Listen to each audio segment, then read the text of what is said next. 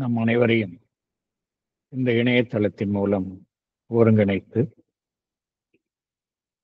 இந்த நல்ல வாய்ப்பினை நமக்கு அருளியுள்ள பகவானுக்கும் ஸ்ரீ அன்னைக்கும் நமது நன்றியையும் வணக்கத்தையும் அவர்களது பொற்பாதங்களில் சமர்ப்பிப்போம். இத்தருணத்தில் நம் மனதில் எழும் ஒவ்வொரு எண்ணத்தையும், இங்கு நாம் பேசும் ஒவ்வொரு வார்த்தையையும் அவர்களுக்கு காணிக்கையாக சமர்ப்பிப்போம். அனைவருக்கும் மாலை வணக்கம். இப்பொழுது லைவ் டிவைன்ல புக் 2 சாப்டர் 14 பார்த்து கொண்டிருக்கின்றோம். அதன் தலைப்பு the origin and remedy of falsehood, error, wrong and evil. நம் உலகத்தில் பார்க்கக்கூடிய பொய்மை, பிழை, தவறு, தீமை இவை அனைத்திற்கும் எங்கு தோற்றுவாய் இருக்கின்றது, அதற்கான தீர்வு என்ன என்பது குறித்து தான் பகவான் இந்த சாப்டர் முழுவதும் விளக்குகின்றார். இது ஒரு நெடிய சாப்டர், கிட்டத்தட்ட 40 பக்கங்களுக்கு மேலாக 40 பக்கங்களுக்கு மேலாக ஒரு அந்த அளவுக்கு நீளத்தை கொண்டதாக இருக்கின்றது. மிகவும் பகவான் இது குறித்த இந்த அம்சங்கள் குறித்து மிகவும் துல்லியமாக ஆழமாக செல்கின்றார். போன செஷன்ல என்ன பார்த்தோம் அப்படின்னா,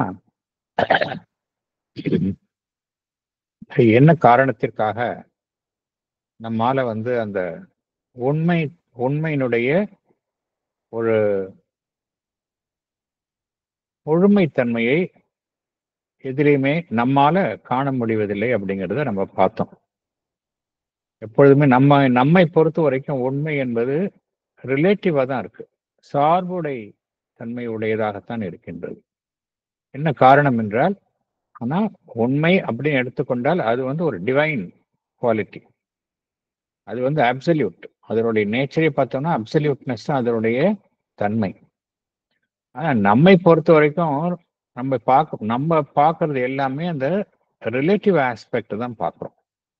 இது ஏன் நம்ம ரிலேட்டிவ் ஆஸ்பெக்டை பார்க்குறோம் அப்படின்னா, நம்மளுடைய நாலேஜ் நம்மளுடைய மென்டல் நாலேஜ் அறியாமையினால் சூழப்பட்டுள்ளிருக்கின்றது. அதனால் நம்மளுடைய பார்வை, நம்மளுடைய விஷன் பார்த்தோம் அப்படின்னா வெறும் மேற்புற தோற்றங்களுக்கு அதன் உடனேயே நின்று விடுகின்றது. உள்ள முழுமையாக பார்க்க தவறுகின்றோம்.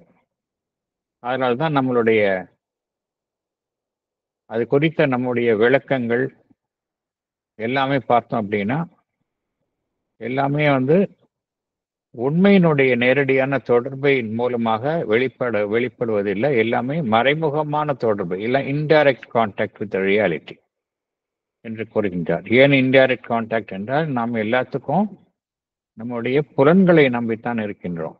அதனால்தான் எல்லாமே இன்டைரக்ட் கான்டாக்ட் அப்படிங்கிறார். அதனால்தான் எல்லாமே பிழைக்கு உட்பட்டதாகவும் உண்மையினுடைய முழுமைத்தன்மையை நம்மால எட்ட முடிவதில்லை அப்படிங்கிறார்.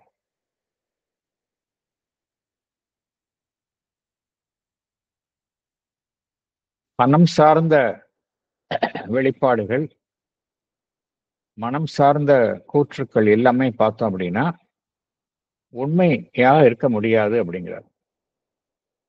ஏன்னா நாம் எதை பார்க்கின்றோமோ அது ஏதோ ஒன்றினால் கவரப்பட்டுள்ளது. அந்த கவரப்பட்ட ஒன்றைத்தான் பார்க்கின்றோமே ஒழிய அதற்கு உள்ளே இருக்கக்கூடிய அந்த மெய்மையை நாம் காண தவறுகின்றோம் அப்படிங்கிறார். ஆனால் இது நம்ம என்ன காரணத்தினால, நம்ம இன்டைரக்ட் பர்செப்ஷன் இருக்கிறதுனால, மறைமுகமாக நாம் அனைத்தையும் அறிவதனால், புலன்களின் மூலமாக அறிவதனால் அவ்வாறு இருக்கின்றது. ஆனால் அந்த நேரடியாக உண்மையை காணும் திறன், அதைத்தான் பகவான் டைரக்ட் ஆக்ஷன் ஆஃப் கான்சியஸ்னஸ் அப்படிங்கிறார், அல்லது நாலேஜ் பை ஐடென்டிட்டி அப்படிங்கிறார். அதற்குத்தான் ஆத்தென்டிக் ட்ரூத் என்ன அப்படிங்கிறது தெரியும் அப்படிங்கிறார். அப்போதான் அந்த ட்ரூத்தினுடைய உண்மையான அந்த பார்வை நமக்கு கிட்டும் அப்படிங்கிறார். அதர்வைஸ் நம்மை பொறுத்த வரைக்கும் இந்த ட்ரூத்துங்கிறது நம்மை பொறுத்த வரைக்கும் அதனுடைய ரிலேட்டிவ் ஆஸ்பெக்டை தான் நம்ம ட்ரூத்துன்னு சொல்றோம் அப்படிங்கிறார். ஏன்னா நாலேஜ் அப்படிங்கிறது பகவானை பொறுத்த வரைக்கும் என்ன கூறுகின்றார், நாலேஜ் அப்படிங்கிறது எல்லாத்துக்கும் உள்ள ஆல்ரெடி இருக்குது, செல்ஃப் எக்ஸிஸ்டண்டா இருக்கிறது. நாலேஜ் அப்படிங்கிறது செல்ஃப் எக்ஸிஸ்டண்டாக தானாகவே இருப்பது.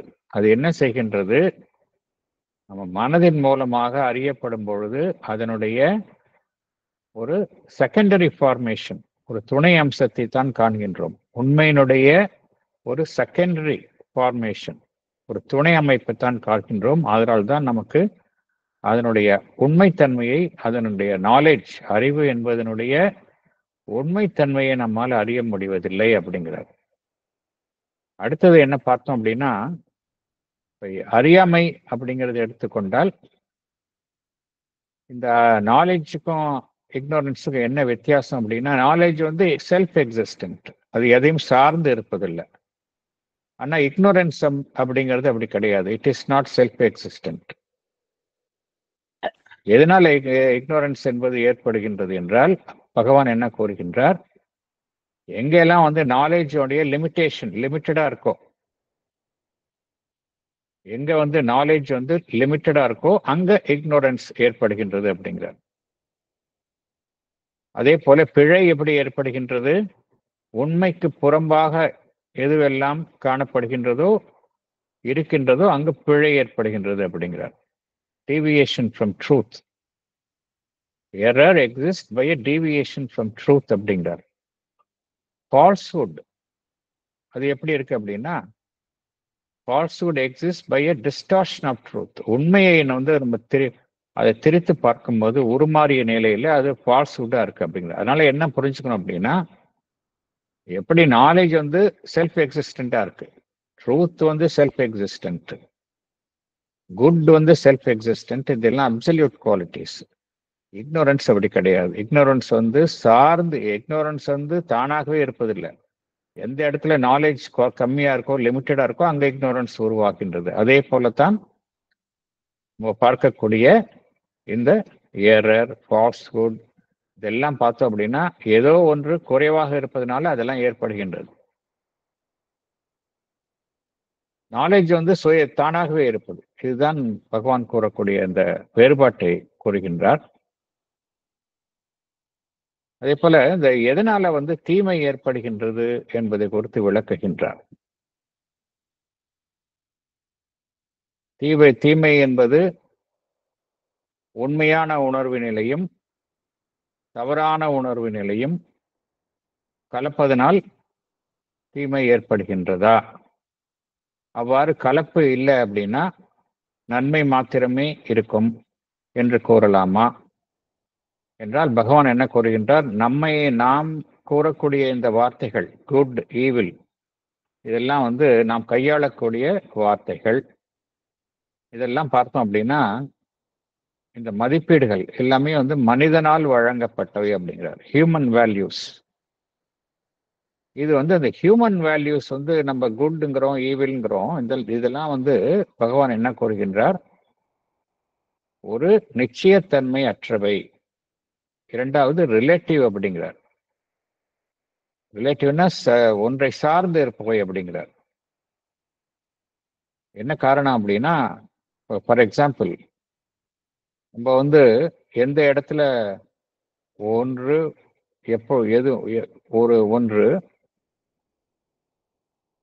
ஒரு இடத்தில் உண்மையாக காணப்படுகின்றது, ஒரு நேரத்தில் உண்மையாக காணப்படுகின்றது. ஆனால் அதே ஒன்று மற்றொரு இடத்தில் மற்றொரு காலத்தில் உண்மையாக காணப்படுவது இல்லை. அதே போல எது ஒரு இடத்தில் நன்மையாக காணப்படுகின்றதோ, ஒரு நேரத்தில் நன்மையாக கருதப்படுகின்றதோ, அது மற்றொரு இடத்தில் மற்றொரு நேரத்தில் தீமையாக கருதப்படுகின்றது. அதே போல எது தீமை என்கின்றோமோ அது நன்மையில் முடிகின்றது, எது நன்மை என்கின்றோமோ தீமையில் முடிகின்றது. இதெல்லாம் பார்த்தோம் அப்படின்னா இது என்ன காரணம், இதுக்கு பின்னாடி என்ன காரணம் அப்படின்னா, இந்த நன்மை தீமை அப்படிங்கிற நம்முடைய பார்வை வந்து, நம்மளுடைய மதிப்பீடுகள் வந்து எல்லாமே ரிலேட்டிவ் அப்படிங்கிறார், பிழைக்கு உட்பட்டதாக இருக்கின்றது அப்படிங்கிறார்.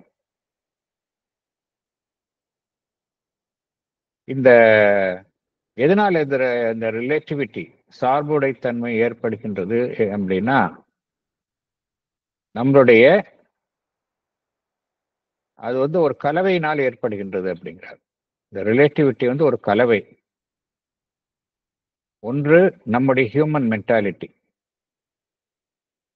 மற்றொன்று இந்த பிரபஞ்ச சக்திகளினுடைய செயல்பாடு. நம்முடைய வாழ்வில் பிரபஞ்ச சக்திகளினுடைய செயல்பாடு. இவை இரண்டினாலும் ஏற்பட்ட கலவையினால் தான் இந்த ரிலேட்டிவிட்டி நமக்கு ஏற்படுகின்றது அப்படிங்கிறார். It's a mixture. என்ன காரணம் அப்படின்னா, ஹியூமன் மென்டாலிட்டியும் அதே போல workings of the cosmic force in human life அப்படிங்கிறார். பிரபஞ்ச சக்திகள் மனித வாழ்வில் செயல்படும் பிரபஞ்ச சக்திகள், இது ரெண்டினுடைய கலவையினால்தான் நம்மால வந்து அதுக்கு பின்னாடி உள்ள உண்மையை வந்து சரியான உண்மையை நம்மால காண முடிவதில்லை. எல்லாமே ரிலேட்டிவா பார்க்குறோம் அப்படிங்கிறார். அதனாலதான் வந்து நம்மளால ஃபண்டமெண்டல் ட்ரூத் என்ன, குட் அண்ட் ஈவிலுக்கு பின்னாடி உள்ள ஃபண்டமெண்டல் ட்ரூத் என்ன அப்படிங்கிறது நம்மால பார்க்க முடியல அப்படிங்கிறார். ஏன்னா நம்ம இருக்கக்கூடிய நிலை வந்து ஒரு கலவையில இருக்கிறோம். ஹியூமன் மைண்ட் அப்படிங்கிறது ஒரு இடத்துல இருக்கு. அதே போல காஸ்மிக் ஃபோர்ஸ் நம்மின் மூலமாக வேலை செய்கின்றது. இவை இரண்டும் ஒரு சேர்ந்து நம்மிடையே வேலை செய்வதால் தான் நம்முடைய இது குறித்த பார்வை என்பது ரிலேட்டிவாக இருக்கின்றது என்று கூறுகின்றார். அதே போல உடலில் வந்து நம்ம பார்க்கிறோம், இந்த நாலேஜ் இக்னோரன்ஸ் அப்படிங்கிறத நம்மால புரிந்து கொள்ள முடிகின்றது. ஆனா நான் இக்னோரன்ஸ் இருக்கிறதுனால ஈவில், ஃபால்ஸ்ஹுட் அதெல்லாம் வருகின்றது என்பதை நம்மால ஏற்றுக்கொள்ள முடிகின்றது. ஆனால் உடலில் நம் வரக்கூடிய அந்த வலி, உடலில் ஏற்படக்கூடிய வேதனை, இதெல்லாம் பார்த்தோம் அப்படின்னா அந்த நாலேஜ் இக்னோரன்ஸ் அப்படிங்கிற கான்செப்ட்ஸுக்கு புறம்பாக செயல்படுவது இல்லையா? It is independent of knowledge and ignorance. இது எப்படி ஏற்படுகின்றது? இதற்கு என்ன பதில்? முதல்ல வந்து ஃபால்ஸ்ஹுட் எப்படி ஏற்படுகின்றது என்பதை புரிந்து கொள்ள முடிகின்றது. ஈவில் எப்படி ஏற்படுகின்றது என்பதை புரிந்து கொள்ள முடிகின்றது. ஆனால் மனிதன் எதிர்கொள்ளும் இந்த வலி, உடல் சம்பந்தப்பட்டமான அந்த வேதனை, இதற்கும் இந்த அறியாமைக்கு என்ன சம்பந்தம் அப்படிங்கிற அதற்கான விளக்கத்தை பகவான் அளிக்கின்றார். இதற்கும் பகவான் என்ன கூறுகின்றார்? இது வந்து நம்மால வந்து பகவான் கூறக்கூடிய கருத்து வந்து கருத்தளவில் தான் நம்மால புரிந்து கொள்ள முடியும். அனுபவ ரீதியாக அதை புரிந்து கொள்வது என்பது கடினம். அவர் என்ன கூறுகின்றார்? பெயின் அண்ட் சஃபரிங் வந்து எதன் காரணமாக ஏற்படுகின்றது என்றால், நம்முடைய மேற்புறத்தில் காணப்படும் அந்த உணர்வு நிலையினுடைய சக்தி, அதனுடைய ஒரு பற்றாக்குறை அப்படிங்கிறார். நம்மகிட்ட அந்த உணர்வு நிலையினுடைய சக்தி, கான்சியஸ்னஸ் ஃபோர்ஸ் வந்து நம்முடைய மேற்புற ஜீவன்ல வந்து போதுமானதாக இல்லை. ஆதலால் தான் நம்மால வந்து அதை மீறி ஏதோ ஒன்று நம்மை பாதிக்கும் பொழுது நாம் அதனால் பாதிக்கப்படுகின்றோம் அப்படிங்கிறார். அதனால்தான் நம்முடைய அந்த மேற்புற ஜீவன், சர்ஃபேஸ் பீயிங் வந்து எந்தெந்த தொடர்புகள்லாம் பிரபஞ்ச சக்திகளின் மூலமாக வரக்கூடிய தொடர்புகளின் மூலம் எதெல்லாம் அதற்கு சக்திக்கு புறம்பாக இருக்கின்றதோ அல்லது அதற்கு புறம்பாக இருக்கின்றதோ அதை உள்வாங்கி அதை அதனால் கிரகிக்க முடிவதில்லை, அதனுடன் ஒத்திசைவுடன் இருக்க முடிவதில்லை. இதனால்தான் வலி, வேதனை ஏற்படுகின்றது என்று கூறுகின்றார். பகவான் கூறக்கூடிய விளக்கம், all pain and suffering are the result of an insufficient consciousness force in the surface being. Because of this, our surface being is unable to assimilate and to harmonize itself with the contacts of the universal energy அப்படிங்கிறார். So நம்மளுடைய consciousness நல்லா பறந்து விரிந்து லிமிட்டடா இல்லாம பறந்து விரிந்து இருக்கும் பொழுது அதாவது நம்மைக்கு புறம்பாக எதுவுமே இருக்காது, நம்மை மீறிய விஷயம் எதுவும் இருக்காது. நம்ம எதுவுமே பாதிக்காது என்று பகவான் குறிப்பிடுகின்றார். இறுதியாக பகவான் என்ன கூறுகின்றார்னு பார்த்தோம் அப்படின்னா, இந்த பார்க்கக்கூடிய ட்ரூத், ஃபால்ஸ்ஹுட், உண்மை, பொய்மை, நன்மை, தீமை, இதெல்லாம் எப்படி இருக்குன்னா, ஒன்று இந்த இது ட்ரூத் இருக்கிறதுனால ஃபால்ஸ்ஹுட் இருக்குன்னு சொல்ல முடியாது. குட் இருக்கிறதுனால ஈவில் இருக்குன்னு சொல்ல முடியாது. எப்படின்னா இது முரண்பாடு தான். லைட் அண்ட் ஷேடோ எப்படி இருக்கோ அப்படிதான் சொல்ல முடியும். லைட் இல்லாதனால தான் அங்க ஷேடோ இருக்கு இல்லையா? ஷேடோ வந்து depends on light for it's existence, but light does not depend for it's existence on the shadow. அதே போல தான் ஃபால்ஸ்ஹுட் இருக்கணும் அப்படின்னா it depends on the truth, whereas truth வந்து ஃபால்ஸ்ஹுட்டை நம்பி இருக்கிறது இல்லை. அதே போல குட் வந்து ஈவிலை நம்பி இருக்கிறது இல்லை. இது என்ன சொல்ற பகவான் என்ன கூறுகின்றார்? இது வந்து ஒரு கான்ட்ரடிக்ஷன் தான். லைட் அண்ட் ஷேடோக்கு எப்படி ஒரு கான்ட்ரடிக்ஷனை பார்க்குறோமோ அதே போல தான் நம்ம truth and falsehood, good and ஈவிலுக்கு ஒரு கான்ட்ரடிக்ஷன். அதே போல பகவான் என்ன கூறுகின்றார்? இந்த ஃபால்ஸ்ஹுட், ஈவில் அப்படிங்கிற விஷயத்துக்கெல்லாம் வந்து ஃபண்டமெண்டாலிட்டி கிடையாது, ஒரு அடிப்படை தன்மை கிடையாது அப்படிங்கிறார். அதற்கு வந்து தானே இருக்கக்கூடிய அந்த சக்தி கிடையாது.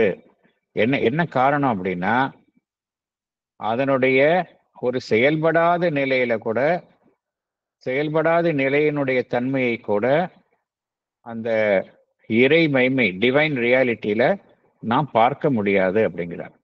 Falsehood and evil have no fundamentality. They have no self-existence even by latency. அதாவது செயல்படாத நிலையில, டார்மன்ட் ஸ்டேட்ல கூட அந்த டிவைன் ரியாலிட்டியில நம்ம பார்க்க முடியாது. அப்படின்னா என்ன அர்த்தம்? அப்படின்னா டிவைனுக்கு இதுக்கும் சம்பந்தம் கிடையாது. ஃபால்ஸ்ஹுட் அண்ட் ஈவிலுக்கு வந்து நோ ஃபண்டமெண்டாலிட்டி. அதே சமயம் ட்ரூத் அண்ட் குட் வந்து எங்க இருக்கு? அப்சல்யூட்ல இருக்கு. ட்ரூத் அப்சல்யூட்டா இருக்குது, குட் வந்து அப்சல்யூட்டா இருக்கு. ஆனா இது அப்படி கிடையாது அப்படிங்கிறார். ஸோ இதுதான் நம்ம பார்த்தோம். இப்போ நம்ம இந்த பேராகிராஃப் 5 வந்து பார்க்க போறோம். அது வந்து ஒரு பெரிய நெடிய பேராகிராஃப் வந்து இதுல எப்படி வந்து எந்த இடத்துல வந்து இந்த ஃபால்ஸ்ஹுட் அண்ட் ஈவில் வந்து எங்க வந்து நுழையுது, எப்படி ஆரம்பமாகுது அப்படிங்கிறத, எந்த தளத்துல அது ஆரம்பமாகின்றது அப்படிங்கிறது பகவான் படிப்படியாக விளக்குகின்றார். நம்ம அதற்கு உள்ளே செல்லலாம். Book 2, Chapter 14, The Origin and Remedy of Falsehood, Error, Wrong and Evil. Paragraph 5. It is no doubt a fact that once truth or good manifests, the conception of falsehood and evil becomes a possibility. For whenever there is an affirmation, its negation becomes conceivable. As the manifestation of existence, consciousness, and delight made the manifestation of non-existence, inconscience, insensibility conceivable, and because conceivable, therefore, in a way inevitable.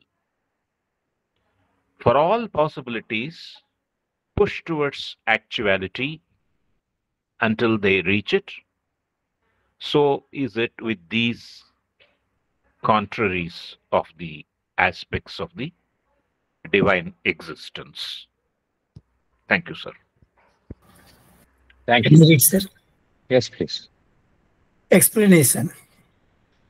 It is a fact that when truth and good manifests, the conception of falsehood and evil becomes a possibility. Because whenever there is an affirmation, its negation becomes conceivable. For example, when we affirm a state of happiness, it is possible that we can conceive of a state of unhappiness. The manifestation of existence, consciousness, and delight, that is Sat Chit Ananda, made manifestation of their opposites, non-existence, inconscience, insensibility, conceivable. Since they were conceivable, in a way, they became inevitable.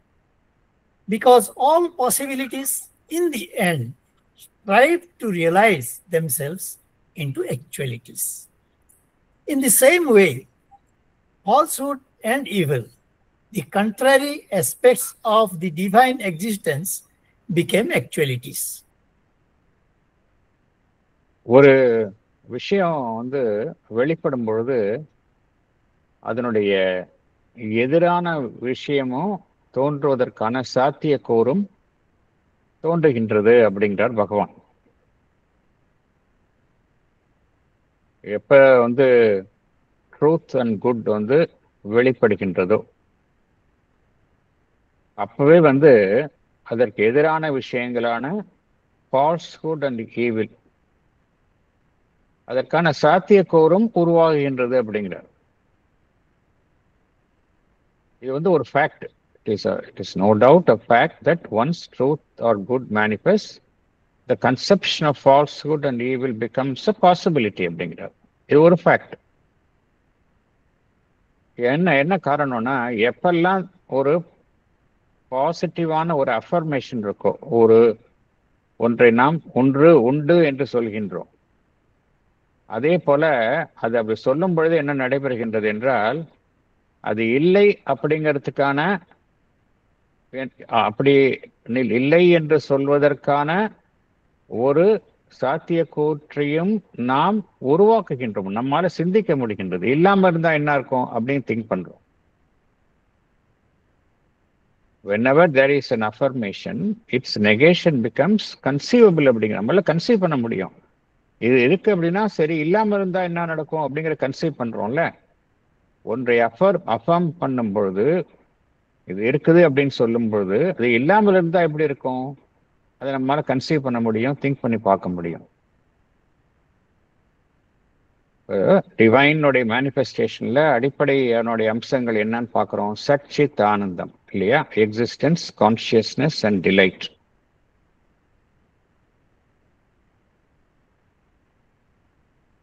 அதனுடைய வெளிப்பாடு, அதனுடைய எதிரான அம்சங்கள் என்ன பார்க்குறோம். அசத், நான் existence, inconscience, இன்சென்சிபிலிட்டி, அதெல்லாம் அதனுடைய சாத்திய கூற்றினையும் நம்மால உருவாக்க முடிகின்றது. ஒரு கருத்துருவாக்கமாக நம்மால எண்ணி பார்க்க முடிகின்றது. கன்சீவபிள் அப்படிங்கிறார். ஒன்று இருக்குன்னு சொல்லும் போதே அது அவருடைய ஆப்போசிட்டையும் நம்மால கன்சீவ் பண்ண முடியுது அப்படிங்கிறார். ஆனா ஆரம்பம் என்ன அப்படின்னா இருக்கு அப்படிங்கிறது தான். இல்லை அப்படின்னு சொல்றது சப்சிக்வெண்டா உருவாகிறது. அதை புரிஞ்சுக்கணும். ஆரம்பம் இருக்குது அப்படின்னு சொல்றதுதான் ஆரம்பம். ஆனா அதனுடைய நெகட்டிவ் ஆஸ்பெக்ட் சப்சிக்வெண்ட் பினாமினா உருவாகிறதுக்கு சான்ஸ் இருக்கு, கன்சீவபிள் பாசிபிலிட்டி இருக்கு அப்படிங்கிறாங்க.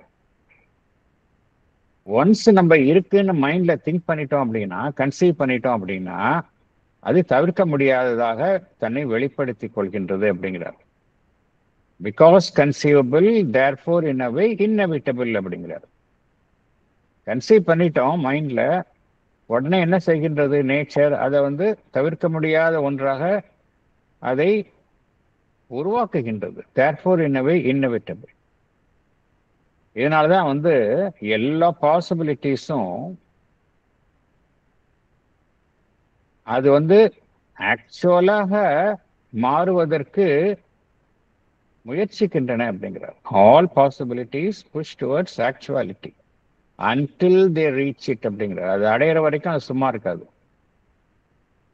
So is it with these contraries of the aspects of the divine existence. இப்போ நம்ம பார்க்குற இதெல்லாமே ஃபால்ஸ்ஹுட்டா இருக்கட்டும், ஈவிலா இருக்கட்டும், இது எல்லாமே டிவைன் எக்ஸிஸ்டன்ஸுக்கு ஆப்போசிட்டான விஷயம். Divine existence truth and good தான் டிவைன் எக்ஸிஸ்டன்ஸினுடைய பேசிக் ஃபண்டமெண்டல் ஆஸ்பெக்ட்ஸ். இந்த ஃபால்ஸ்ஹுட் அண்ட் ஈவில் வந்து ஃபண்டமெண்டல் ஆஸ்பெக்ட்ஸ் கிடையாது. ஆனா ஒன்ஸ் அந்த டிவைன் எக்ஸிஸ்டன்ஸ்னுடைய ஃபண்டமெண்டல் ஆஸ்பெக்ட்ஸ் ட்ரூத் குட் அப்படிங்கிறது வந்து நம்ம அஃபார்ம் பண்ண உடனேயே அதற்கு எதிரான விஷயங்களை வந்து விஷயங்களை வந்து நம்மால வந்து கருத்துருவாக்கமாக நாம் செய்கின்றோம். அதனால அதனுடைய சாத்தியக்கூறுகளை நாம் எண்ணி பார்க்கின்றோம். சாத்தியக்கூறுகளாக இருப்பவை எல்லாமே ஒரு ரியாலிட்டி, மெய்மையாக காலப்போக்கில் ஆகிவிடுகின்றன அப்படிங்கிறார். அதனாலதான் வந்து நம்ம எதையுமே நெகட்டிவா திங்க் பண்ணக்கூடாது அப்படின்னு சொல்றது. அதே போல இன்னொன்னு சொல்லுவாங்க, செல்ஃப் ஃபுல்ஃபில்லிங் ப்ராஃபஸி அப்படிம்பாங்க. நம்ம வந்து ஒன்று சொல்லும் பொழுது இப்படி இருக்கலாமா, இப்படி இருந்தா என்ன பண்றது அப்படின்னு நம்ம வந்து நெகட்டிவா திங்க் பண்ணும் பொழுது அது என்ன செய்யுமா, அது தன்னைத்தானே நிறைவேற்றி கொள்ளும் அப்படிங்கிறாங்க. Self fulfilling prophecy. ஒன்றை நம்ம நெகட்டிவா சொன்னோம் அப்படின்னா அது நிச்சயமாக நடக்கிற மாதிரி அது மாதிரி ஒரு செயல்படும் அப்படிங்கிறாங்க. தட் இஸ் வை எதுவுமே நெகட்டிவா திங்க் பண்ணக்கூடாதுன்னு நம்ம சொல்லுவாங்க. அதனாலதான் பகவான் என்ன சொல்றாரு, எல்லா பாசிபிலிட்டிஸும் அல்டிமேட்டா ஆக்சுவலாக மாறுவதற்கு முயற்சிக்கின்றன அப்படிங்கிறார். All possibilities push towards actuality until they reach it அப்படிங்கிறார். அதனாலதான் இந்த contrary aspects of the divine எக்ஸிஸ்டன்ஸும் தோன்றி உள்ளது அப்படிங்கிறார். அடுத்தது போகலாம். It may be said on this ground that these opposites, since they must be immediately perceivable by the manifesting consciousness on the very threshold of manifestation, can take rank as implied absolutes and are inseparable from all cosmic existence. But it must first be noted that it is only in cosmic manifestation that they become possible. They cannot pre-exist in the timeless being, for they are incompatible with the unity and bliss that are its substance. In cosmos also, they cannot come into being except by a limitation of truth and good into partial and relative forms, and by a breaking up of the unity of existence and consciousness into separative consciousness and separative being. Falsehood and evil are observed at the emerging point of manifestation. Therefore, they are viewed as implied, that is, understood indirectly, absolutes, and as something which cannot be removed from the cosmic existence. This is not true. It must be noted that only in cosmic manifestation they become possible. They cannot pre-exist in the timeless being, that is, their origin cannot be in the divine, because they are incompatible with the unity and bliss, which are the fundamental characters of the divine. In the world also, they cannot come into being except by a limitation of truth and good into partial and relative forms, and by a breaking of unity of existence and consciousness into separative existence and consciousness. They do not have independent origin. பகவான் வந்து கூறக்கூடிய முக்கியமான கருத்து என்ன அப்படின்னா, manifestation எப்போ, அதாவது பரம்பொருள் வந்து சச்சிதானந்தம் அப்படிங்கிற நிலையில பார்க்கும் பொழுது எதுவுமே கான்ட்ரரி ஆஸ்பெக்ட்ஸே இருக்கிறது இல்லை. எல்லாமே எக்ஸிஸ்டன்ஸ் தான், எல்லாமே கான்ஷியஸ்னஸ் தான், எல்லாமே பிளிஸ் தான். பரம்பொருளினுடைய ஆதி நிலையில அப்படித்தான் இருக்கு. இதுதான் ஸ்டேட்டஸ் ஆஃப் பீயிங் அப்படின்னு பகவான் கூறுவார். ஸ்டேட்டஸ் ஆஃப் பிகமிங் அப்படிங்கிறது மேனிஃபெஸ்டேஷன் ஆகிறது, வெளிப்படுத்திக் கொள்வது. இந்த வெளிப்படுத்தி கொள்ளும் நிலையில தான் வந்து அந்த எப்ப அந்த வெளிப்பாடு அப்படிங்கிறது நடைபெறுகின்றதோ அப்பவே இதெல்லாம் வெளியே வருது. என்ன வெளிப்பாடு அப்படிங்கிற நடக்கும்பொழுது என்ன நடைபெறுகின்றது? ஒரு லிமிட்டேஷன் ஆயிடுது. இன்ஃபைனைட்டா இருக்கிறது ஃபைனைட்டா ஆகும் பொழுதுதான் வெளிப்பாடு என்பது சாத்தியம்.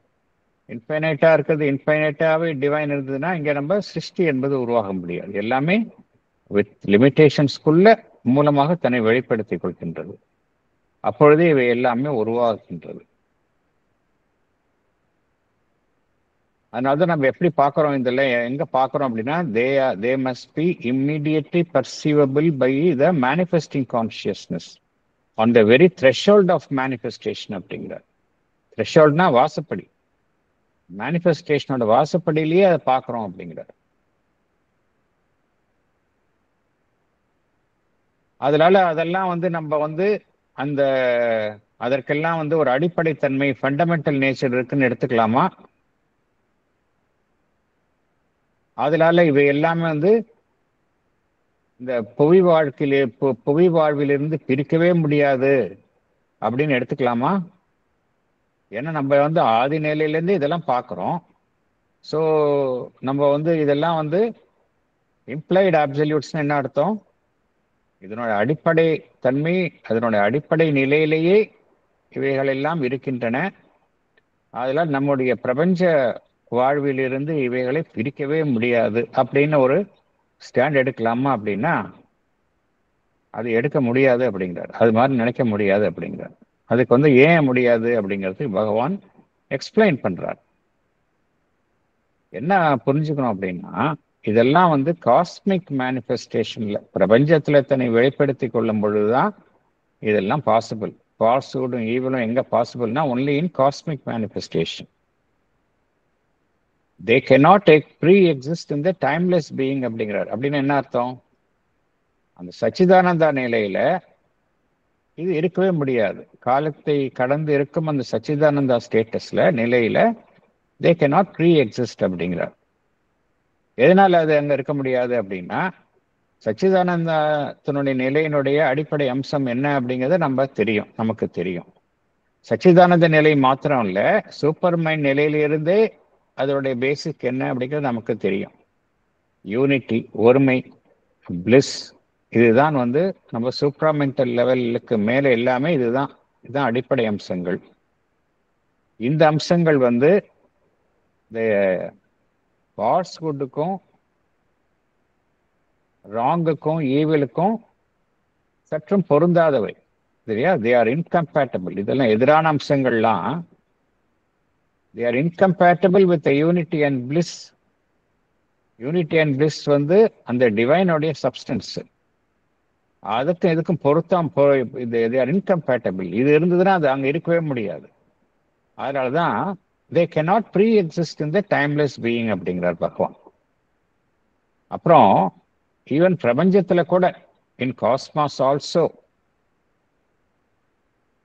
எதனால் அது ஏற்படுகின்றது என்றால், பிரபஞ்சத்துல வந்து எதனால் அதனுடைய இருப்பு உண்டாகுகின்றது என்றால்,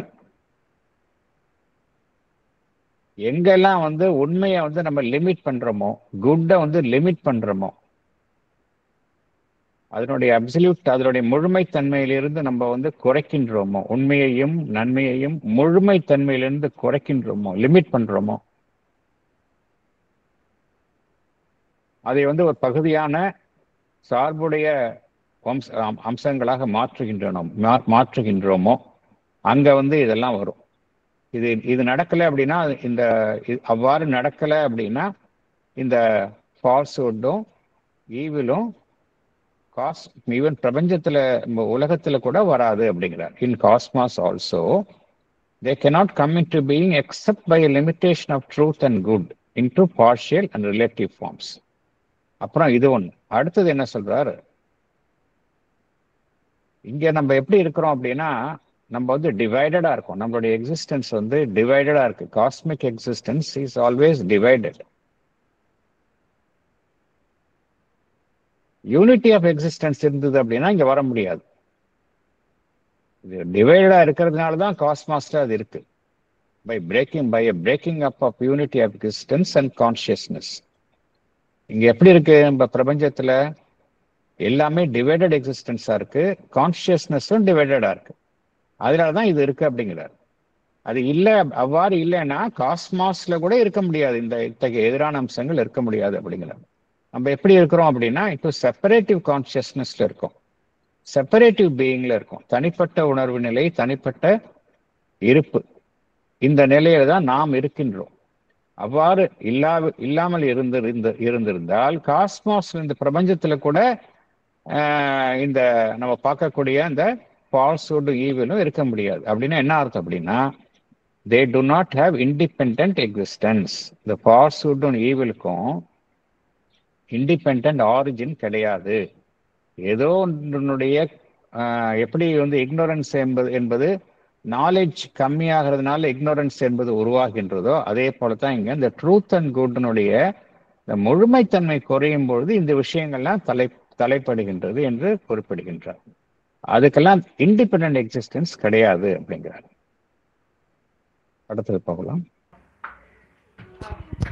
For where there is oneness and complete mutuality of consciousness force, even in multiplicity and diversity, there truth of self-knowledge and mutual knowledge is automatic, and error of self-ignorance and mutual ignorance is impossible. So too, where truth exists as a whole on the basis of self-aware oneness, falsehood cannot enter and evil is shut out by the exclusion of wrong consciousness and wrong will, and their dynamization of falsehood and error. As soon as separateness enters, these things also can enter. But even this simultaneity is not inevitable. If there is sufficient mutuality, even in the absence of an active sense of oneness, and if the separate beings do not transgress or deviate from their norms of limited knowledge, harmony and truth can still be sovereign, and evil will have no gate of entry. Thank you, sir. Yes. Explanation. We live in a world of multiplicity and diversity. Even in multiplicity, where there is oneness and complete mutuality of consciousness force, the truth of self-knowledge and mutual knowledge is automatic. There, error of self-ignorance and mutual ignorance is impossible. Also, where truth exists as a whole on a basis of self-aware oneness, falsehood cannot enter. Evil is shut out by the exclusion of wrong consciousness and wrong will. Falsehood and error cannot be put into action. As soon as separateness enters, these things can also enter. It is not necessary that mutuality and oneness should simultaneously exist. There may be sufficient mutuality, yet there may be absence of an active sense of oneness. Even here also, if the separate beings do not deviate from their norms of limited knowledge, harmony and truth can still be supreme, and evil will have no gate of entry. Thank you. ரொம்ப ஒரு important portion of the paragraph இது. இங்க என்ன சொல்றாரு அப்படின்னா, நம்ம இருக்கிற உலகம் பார்த்தோம் அப்படின்னா அது வந்து ஒன்னஸ்ல இருக்கிறோம்னு சொல்ல முடியாது. டிவைடட் அமைப்புகள்ல தான் இருக்கிறோம். நம்ம செப்பரேட்டிவிட்டியில தான் இருக்கிறோம். நம்ம மல்டிப்ளிசிட்டி அப்படிங்கிறது ஒரு நாம். இங்க உலகத்தில் இருக்கிற வரைக்கும் மல்டிப்ளிசிட்டியில தான் நம்ம இருக்கிறோம், டைவர்சிட்டியில தான் நம்ம இருக்கிறோம். அப்படி இருக்கக்கூடிய நிலையில கூட ஒரு ஒன்னஸ், இப்படி இருந்தாலும் அந்த நிலையில கூட ஒரு ஒன்னஸ், ஒரு சென்ஸ் ஆஃப் ஒன்னஸ், ஒரு ஒருமை தன்மை, மியூச்சுவாலிட்டி ஆஃப் கான்சியஸ்னஸ் ஃபோர்ஸ் அப்படிங்கிறாரு. அது என்ன மியூச்சுவாலிட்டி ஆஃப் கான்சியஸ்னஸ் ஃபோர்ஸ் அப்படின்னு அந்த வார்த்தையினுடைய அர்த்தம் என்னன்னு புரிஞ்சுக்கணும். மியூச்சுவாலிட்டி ஆஃப் கான்சியஸ்னஸ் ஃபோர்ஸ் அப்படின்னு சொல்றோம். அது என்ன, அந்த வார்த்தையினுடைய அர்த்தம் என்ன அப்படின்னா, இப்போ நம்ம எல்லாம் செயல்பட்டு கொண்டே இருக்கின்றோம், பேசுகின்றோம், ஏதோ ஒன்று செஞ்சுக்கிட்டே இருக்கிறோம், சிந்திக்கின்றோம், உணர்ச்சி வசப்படுகின்றோம். ஆக்டிவ் செயல்பாடு அப்படிங்கிறது நம்மளுடைய இயல்பு. வாழ்வினுடைய இயக்கத்துல தான், நம்ம வாழ்வினுடைய இயக்கம்னாலே அந்த சக்தி நம் மூலமாக செயல்படுகின்றது. அந்த கான்சியஸ்னஸ் ஃபோர்ஸ் நம் மூலமாக செயல்படுகின்றது, நம்ம இயங்க வைக்கிறது. நம்ம இயக்கத்துல இருக்கோம், அந்த இயக்கம் எல்லாமே அந்த கான்சியஸ்னஸ் ஃபோர்ஸ் தானே செய்யுது. அது இல்லை அப்படின்னா நம்மளால இயங்க முடியாது. அந்த பரம்பொருளினுடைய சச்சிதானந்தத்தில் இருக்கக்கூடிய கான்சியஸ்னஸ் ஃபோர்ஸ் தான் நம்ம இயக்குது. அதுதான் லைஃப் ஃபோர்ஸா இங்கே வெளிப்பட்டு இருக்கு, நம்ம இயக்குகின்றது. இதுல எப்படி இருக்கணும், இப்ப என்னுடைய ஒரு சக்தி என்னை இயக்குது அப்படின்னா, அதுல எப்படி அந்த சக்தியை என் மூலமாக நான் செயல்பட வைக்கணும் அப்படின்னா, அந்த சக்தியினுடைய செயல்பாடு எனக்கு மாத்திரம் நன்மை பயக்குமாறும் மற்றவர்களுக்கு அது ஒரு பாதகம் விளைவிக்குமாறு நான் செயல்பட்டேன் அப்படின்னா அங்க மியூச்சுவாலிட்டி இல்லை. எனக்கு மாத்திரம் அந்த கான்சியஸ்னஸ் ஃபோர்ஸ் அதுதான் என்னை இயக்குது. அதனால நான் செயல்படுகின்றேன், சிந்திக்கின்றேன், எல்லாம் பண்றேன். பட் எல்லாமே என்னை பொறுத்த வரைக்கும் தான் நல்லா இருக்கு. மற்றவர்களை பொறுத்த வரைக்கும் அது அனுகூலமாக இல்லை. அப்படிங்கும்பொழுது அங்க மியூச்சுவாலிட்டி இல்லை. அதே சமயம் அந்த சக்தியின் மூலமாக நடைபெறும் என்னுடைய இயக்கங்கள் எல்லாமே மனம் சார்ந்த இயக்கங்கள், சிந்தனை, என்னுடைய எல்லா இயக்கங்களும் அனைவருக்கும் நன்மை பயக்குமாறு இருந்தது அப்படின்னா அதுதான் மியூச்சுவாலிட்டி ஆஃப் கான்சியஸ்னஸ் ஃபோர்ஸ் அப்படிங்கிறார். மியூச்சுவாலிட்டினா அதனுடைய சக்தியினுடைய செயல்பாடு அனைவருடைய நலனையும் கருத்தில் எடுத்துக்கொண்டு செயல்படுவது. அதுதான் mutuality of consciousness force. Oneness வேணும் அப்படிங்கிறார். ரெண்டு விஷயம், oneness and complete mutuality of consciousness force. இது ஈவன் நம்ம இருக்கக்கூடிய நிலையிலையும் இருந்தது அப்படின்னா, பகவான் நம்ம நிலையில சொல்றார், ஈவன் நாம் இருக்கக்கூடிய நிலையில கூட இந்த ஒன்னஸும் complete mutuality of consciousness force இருந்தது அப்படின்னா அங்க எது ஆட்டோமேட்டிக்கா வந்துடும் அப்படிங்கிறாரு, செல்ஃப் நாலேஜ் வந்துடும் அப்படிங்கிறாரு. ட்ரூத் ஆஃப் செல்ஃப் நாலேஜ் வந்துடும் அப்படிங்கிறாரு. நம்ம யார் அப்படிங்கிறது வந்துடும். நம்ம யாருன்னா என்ன அர்த்தம், நம்ம நமக்குள்ள இருக்கக்கூடிய அந்த டிவைன் சோர்ஸ் தான் நாம் அப்படிங்கிற அந்த செல்ஃப் நாலேஜ் வந்துடும். மியூச்சுவல் நாலேஜ் என்ன, மியூச்சுவல் நாலேஜ் என்ன, என்கிட்ட என்ன உள்ள இருக்குதோ அதுதான் மற்றவங்கள்ட்டையும் இருக்கு, நான் வேறு அவர்கள் வேறு இல்லை அப்படிங்கிற மியூச்சுவல் நாலேஜும் ஆட்டோமேட்டிக்கா வந்துடும் அப்படிங்கிற. ஸோ இந்த ரெண்டு விஷயம் இருந்தது அப்படின்னா ஆட்டோமேட்டிக்கா இந்த ரெண்டு விஷயமும் வந்துடும் அப்படிங்கிறார். Oneness and complete mutuality of consciousness force இருந்தது அப்படின்னா even in multiplicity and diversity truth of self knowledge, நம்ம யாரு அப்படிங்கிற மாதிரி ட்ரூ செல்ஃப் என்ன, நம்ம ஈகோவை சார்ந்திருக்கோம்னா அதுதான் நாமா, இல்லை வேற ஏதோ ஒரு விஷயம் நமக்குள்ள இருக்கு அதுதான் நாமா, அதே தான் மற்றவங்கள்ட்டையும் இருக்கு அப்படிங்கிறத மியூச்சுவல் நாலேஜ், இது ரெண்டும் இருந்தது அப்படின்னா ஆட்டோமேட்டிக்கா இந்த ரெண்டுமே ஆட்டோமேட்டிக்கா வந்துடும் அப்படிங்கிறார். அங்க அந்த நிலையில எது இருக்க முடியாது, எரர் ஆஃப் செல்ஃப் இக்னோரன்ஸ்,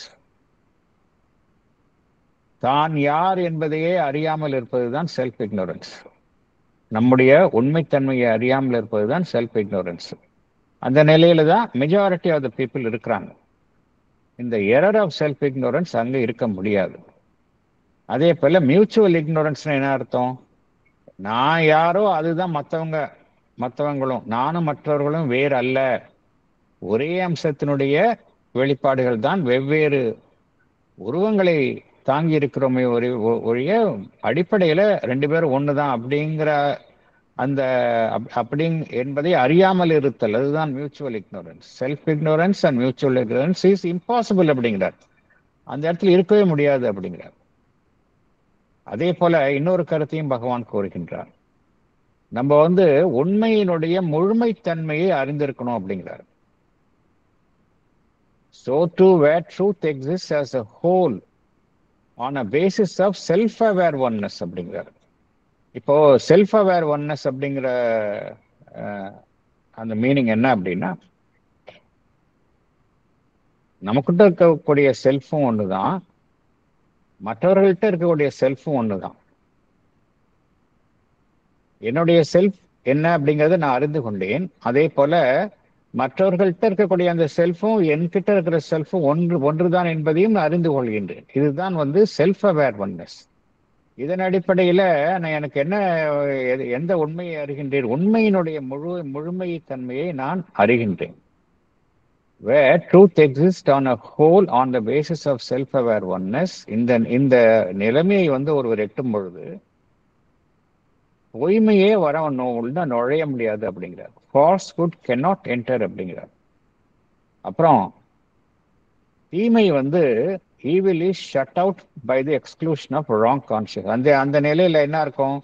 தவறான உணர்வு நிலையே இருக்காது, ராங் கான்சியஸ்னஸ் இருக்காது. அந்த நிலையில ராங் வில் இருக்காது, ஒரு தவறான ஒரு சங்கல்பமே இருக்காது, எவர் குறித்தும் தவறான சங்கல்பமே இருக்காது. அதே போல இந்த ஃபால்ஸ்ஹுட்டும் எரரும் ஈவில் அந்த இடத்துல ஃபால்ஸ்ஹுட்டும் எரரும் அங்க செயல்படுத்தவே முடியாது. பொய்மையையும் பிழையையும் அங்க செயல்படுத்த முடியாது. டைனமைசேஷன் ஆஃப் ஃபால்ஸ்ஹுட் அண்ட் எரர் அப்படிங்கிறார். நீ அங்க செயல்படுத்தவே முடியாது. அதனால என்ன ஆகும் அப்படின்னா, அந்த இடத்துல ஈவில் இஸ் ஷட் அவுட் அப்படிங்கிறார். Evil is shut out by the exclusion of wrong consciousness and wrong will and the dynamisation of falsehood and error அப்படிங்கிறார். இதெல்லாம் எப்போ அப்படின்னா, இந்த truth of self knowledge and mutual knowledge இருக்கும் பொழுது இது of course highest state. But இந்த நிலை நம்ம தனியா இந்த உலகம் இருக்கக்கூடிய நிலையிலையும் இந்த ஒன்னஸை கொண்டு வர இதெல்லாம் சாத்தியம் அப்படிங்கிறார். ஈவன்ஸ் இந்த பகவான் பகவான் இந்த அடுத்த போர்ஷன் இதே பேராகிராஃப்ல பகவான் ஒரு பாசிட்டிவ் நோட்ல முடிக்கிறார். எப்படி என்ன சொல்றாரு அப்படின்னா, எங்கெல்லாம் அந்த செப்பரேட்னஸ் அந்த பிரிவினை நுழைகின்றதோ, as soon as separateness enters, இந்த விஷயங்களும் இந்த எதிர்மறையான விஷயங்களும் உள்ள நுழைஞ்சிடும் அப்படிங்கிறார். as soon as separateness enters, these things also can enter அப்படிங்கிறார். ஆனா நம்ம ரெண்டு விஷயம் பார்த்தோம். ஒண்ணு என்ன அப்படின்னா, இந்த ஒன்னஸ் அண்ட் மியூச்சுவாலிட்டி அப்படிங்கிறது ரெண்டு விஷயம் பார்த்தோம். ரெண்டு அடிப்படை தேவைகளை பார்த்தோம், ஒன்னஸ் அண்ட் மியூச்சுவாலிட்டி. ஒன்னஸ் அப்படின்னா நான் மற்றவர்கள் எல்லாம் வேறு வேறு இல்லை என்பதை அறிந்து இருத்தல், அந்த கான்சியஸ்னஸ்ல இருக்கிறது. சென்ஸ் ஆஃப் ஒன்னஸ் அந்த கான்சியஸ்னஸ்ல இருக்கிறது. மியூச்சுவாலிட்டினா என்னன்னு பார்த்தோம். மியூச்சுவாலிட்டி ஆஃப் கான்சியஸ்னஸ் போர்ஸ்னா அது என்னங்கிறது பார்த்தோம். இது ரெண்டும் இருந்தாதான் முடியுமா? இது எப்படி சாத்தியம் அப்படின்னா, பகவான் அதற்கும் ஒரு சொல்யூஷன் சொல்றார். பட் ஈவன் இரண்டும் ஒரு சேர இருந்தாதான் இதெல்லாம் சாத்தியமா அப்படின்னா அதுக்கும் சொல்றாரு. But even this simultaneity is not inevitable, தவிர்க்க முடியாதது கிடையாது அப்படிங்கிறார். ஒரு சஃபிஷியன்ட் மியூச்சுவாலிட்டி இருந்தா போதும் அப்படிங்கிறார். என்னுடைய செய்கையில நான் மற்றவர்களுடைய நலனை கருத்தில் கொண்டு செயல்பட்டாலே போதும் அப்படிங்கிறார். ஏன்னா நம்மளாம் தனியா தான் இருக்கிறோம். எல்லாமே நம்மளுடைய கான்சியஸ்னஸ் நம்மளுடைய ஈகோ சுத்தி தான் இருக்குது. எல்லாமே இண்டிவிஜுவலா தான் செயல்படுறோம். அப்படி இருக்கக்கூடிய நிலையில கூட ஒரு சஃபிஷியன்ட் மியூச்சுவாலிட்டி இருந்தாலே போதும் அப்படிங்கிறார். மியூச்சுவாலிட்டினா என்னுடைய செயல்பாட்டுல எதுலையும் மற்றவர்களின் நலன்களை கருத்தில் கொண்டு செயல்படுது, அதுதான் sufficient mutuality. If there is sufficient mutuality even in the absence of an active sense of oneness. ஏன்னா அந்த சென்ஸ் ஆஃப் ஒன்னஸ் வர்றதுங்கிறது ரொம்ப கஷ்டம். அது மனிதன் இப்ப இருக்கிற நிலையில, மனம் சார்ந்த நிலையில இது டிஃபிகல்ட். அதனாலதான் என்ன சொல்றாரு, அந்த நிலை இல்லாம இருந்தாலும் பரவாயில்ல, if there is sufficient mutuality அது இருந்ததுன்னா, அதே போல நம்ம தனியா தான் இருக்கிறோம். இஃப் த செப்பரேட் பீயிங்ஸ் நம்மளுடைய தனியா இருந்தா கூட நம்மளுடைய எல்லைகளை மீறாம செயல்படணும். என்னுடைய எல்லைகளை மீறி நான் சார்ந்திருக்கும் அமைப்பிற்கு எதிராக செயல்படும் பொழுது அங்க இந்த இந்த நம்மளால அப்படி அப்படி இல்லாம இருந்தாலே நம்மளால இத்தகைய பாசிட்டிவ் ஆஸ்பெக்ட்ஸை நம்ம லைஃப்ல கொண்டு வர முடியும் அப்படிங்கிறார். If there is sufficient mutuality even in the absence of an active sense of oneness and if the separate beings தனித்தனியாக இருக்கும் நம்மை போன்ற அமைப்புகள் do not transgress or deviate from the norms of limited knowledge. இப்போ நம்ம எல்லாருமே பார்த்தோம் அப்படின்னா நம்ம ஒரு லிமிட்டட் நாலேஜ்ல தான் செயல்படுறோம். நமக்கு ஃபுல் நாலேஜ் இல்லை. ஏன்னா மைண்ட்ல நம்ம தான் செயல்படுறோம். மைண்டுக்கு அந்த காம்ப்ரிஹென்சிவ் ஹோலிஸ்டிக் நாலேஜ் அப்படிங்கிறது மென்டல் லெவல்ல கிடையாது. So we always operate within the limited knowledge தான் எல்லாருமே செயல்படுகின்றோம். ஆனா அந்த லிமிட்டட் நாலேஜுக்குன்னு ஒரு நார்ம்ஸ் இருக்கு, ஒரு ஸ்டாண்டர்ட் இருக்கு. அதை நம்ம வயலேட் பண்ணாம செயல்பட்டாலே போதும் அப்படிங்கிறார். லிமிட்டட் நாலேஜில் என்ன செய்யறோம்? நம்மளுடைய செயல்பாடுகள் எல்லாமே நம்முடைய நலனுக்காக மாத்திரம் இல்ல, மற்றவர்களுடைய நலனுக்கு எதிராக இருக்கக்கூடாது, மற்றவர்களுடைய நலனையும் கருத்தில் கொண்டு செயல்படணும் அப்படின்னு நம்ம நிறைய நார்ம்ஸ் வச்சிருக்கிறோம். நம்ம இல்லையா, நம்ம நிறைய நார்ம்ஸ் வச்சுட்டு செயல்படுறோம். அந்த நார்ம்ஸை மீறாம இருந்தாலே போதும் அப்படிங்கிறார் பகவான். And if the separate beings do not transgress or deviate from the norms of limited, ஒரு ஹார்மனி, ஒரு ட்ரூத், இதன் அடிப்படையில் செயல்படும் பொழுது, ஒரு ஒத்துசைவோடு ஒரு குட்வில்லோடு செயல்படும் பொழுது என்ன சொல்றார் பகவான்? அந்த நிலையில செயல்படும் பொழுது என்ன நடைபெறும் அப்படின்னா, harmony and truth can still be sovereign அப்படிங்கிறார். எது மேலோங்கி இருக்கும், எது அங்க ஒரு மேலோங்கி ஆட்சி செய்யும் அப்படின்னா ஹார்மனி அண்ட் ட்ரூத், ஒத்திசைவு, நல்லிணக்கம், உண்மை, இது அங்க மேலோங்கி செயல்படும். Evil will have no gate of entry. தீமை என்பது நுழைவதற்கு அங்கு வாய்ப்பே இல்லை அப்படிங்கிறார் பகவான். இங்க சொல்றது ஹையஸ்ட் லெவல்ல சூப்பராமெண்டல் ஸ்டேட்ல சொல்லல, சாதாரண நம்ம போல இருக்கிறவங்க லெவல்ல சொல்றாரு. அது பகவான் சொல்றது ரொம்ப நியர் டு த ஃபார் தான் பகவானுடைய டீச்சிங்ஸ். நம்முடைய நிலையில என்ன செய்யறது தான் பகவான் சொல்றது. சூப்பராமெண்டல் லெவல்ல சொல்லல, நம்முடைய நிலையில அந்த சஃபிஷியன்ட் மியூச்சுவாலிட்டி இருந்தா போதும் அப்படிங்கிறார். எல்லா ஆக்ஷன்ஸும் மியூச்சுவலா நம்ம எல்லாரையும் உள்ள அடக்கி நம்ம செயல்பட்டாலே நம்ம ஹார்மனி அண்ட் ட்ரூத் மேலோங்கி இருக்கும். அந்த இடத்துல ஈவில் நுழைவதற்கு வாய்ப்பே இல்லை அப்படிங்கிற ஒரு பாசிட்டிவ் நோட்டோட தான் பகவான் இந்த பேராகிராஃப்ல இந்த போர்ஷன்ல சொல்றார். Yes madam. இது அப்படின்னா முன்னால ஒரு இதுக்கும் ஒரு இடத்துல பொருந்துறது இன்னொரு இடத்துக்கு பொருந்தாதுன்னு சொல்லியிருந்தார் இல்லையா? அப்ப இது எப்படி நார்ம்ஸ் எல்லாருக்குமே ஒன்னா இருக்க முடியும்? ஆன் தி ஹோல் நான் எல்லாருக்கும் நல்லது செய்யணும்ன்றது எல்லாருக்கும் நார்ம்ஸா இருக்கணும் அப்படின்னா அந்த ஒண்ணுதானே இல்லையா? என்னுடைய லிமிட்டட் நாலேஜ்ல அதான் இங்க அதை குவாலிஃபை பண்றாரு பாருங்க பகவான். இப்போ என்னுடைய லிமிட்டட் நாலேஜ்ல எனக்கு தெரியுது, எனக்கு லிமிட்டட் நாலேஜ்ல இன்னொருத்தட்ட ஹார்ஷா பேசாம இருந்தோம்னா நல்லது. எனக்கு லிமிட்டட் நாலேஜ்ல எனக்கு தெரியுது. அதுக்குள்ள அதை நம்ம செயல்படுத்தலாம்ல. என்னுடைய லிமிட்டட் நாலேஜ்ல என்ன தோணுது, நான் மற்றவங்களுக்கு பிசிக்கலா ஹார்ம் பண்ணக்கூடாது அப்படிங்கிறது தெரியுது. என்னுடைய லிமிட்டட் நாலேஜ்ல என்ன தோணுது, நான் மற்றவர்களுடைய பொருள்களுக்கு ஆசைப்படக்கூடாது, அன்லாஃபுல்லா நான் ஆசைப்படக்கூடாது அப்படிங்கிறது தெரியுது. அதை நம்ம இம்ப்ளிமெண்ட் பண்ணலாம் இல்லையா? அதுதான் சொல்றாரு. If the separate beings do not transgress or deviate from the norms of limited knowledge, limited நாலேஜ்ல நமக்கு என்ன தெரியுதோ அது நம்ம செயல்படுத்தினாலே போதும் அப்படிங்கிறார். அப்படின்னா இது டீப்பரா போகாது, அதாவது ஓவராலா போகாது. இது என்னுடைய நாலேஜுக்கு உட்பட்ட வரையில நான் எதெல்லாம் சரின்னு நினைக்கிறேன், மற்றவங்களுக்கு செய்யறதெல்லாம் தப்பு, இந்த நீங்க சொன்னதெல்லாம் இருந்துன்னு சொன்னா சரி. இப்ப அதையே ஒருத்தன் இல்ல என்னுடைய நார்ம்ஸ் வேற அப்படின்னு சொல்லி என்னுடைய ரைட்ஸ் என்னுடைய ஒய்ஃபை அடிக்கிறது, என்னுடைய சில்ட்ரனை மிஸ்பிஹேவ் பண்றது அவங்ககிட்ட அந்த மாதிரி எல்லாம் இருந்ததுன்னு சொன்னா என்ன சார் பண்ண முடியும்?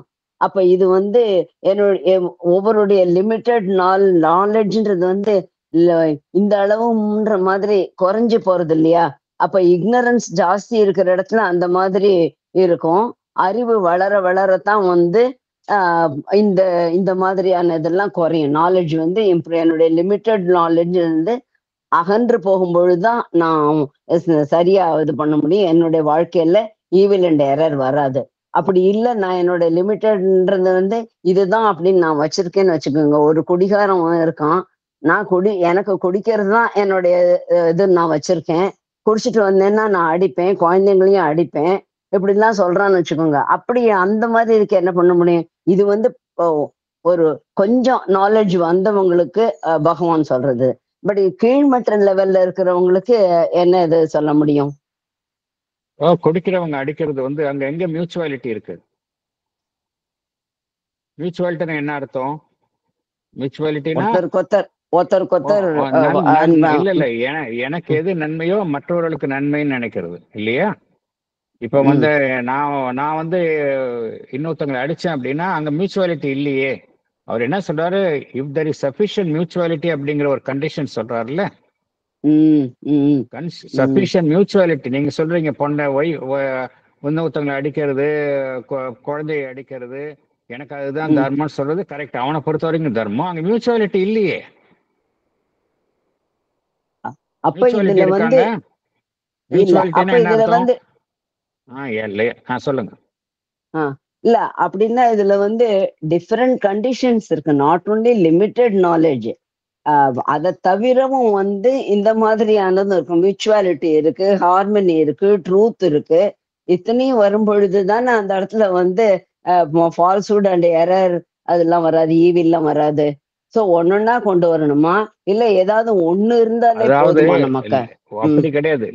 அதாவது பகவான் என்ன சொல்றாரு, ஈவன் ஒரு லிமிட்டெட் லெவல்லயே நம்ம இதெல்லாம் கொண்டு வந்தோம் அப்படின்னா ஓரளவு இதை வந்து நம்ம வந்து தவிர்க்க முடியும் அப்படிங்கிறாரு. இப்போ ஃபார் எக்ஸாம்பிள் எல்லா கம்யூனிட்டிலையும் தீமை இருக்குதா உலகத்துல? வந்து ஏன் ஒரு சில ஃபேமிலியில பார்த்தோம் அப்படின்னா சுமூகம் இருக்கு, எல்லா ஃபேமிலியும் தப்பு செய்யறாங்களா? எல்லா மனிதர்களும் தப்பு செய்யறாங்களா?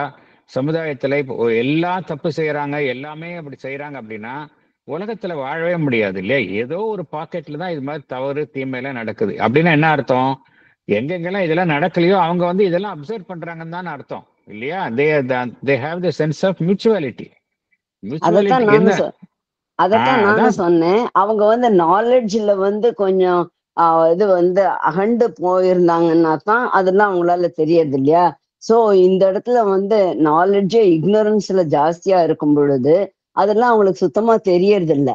இப்போ நம்ம பாக்குறோம், இப்போ உலகத்துல இருக்கிற கண்டிஷன்ஸ்ல வந்து வார் எங்க பார்த்தாலும் வருது.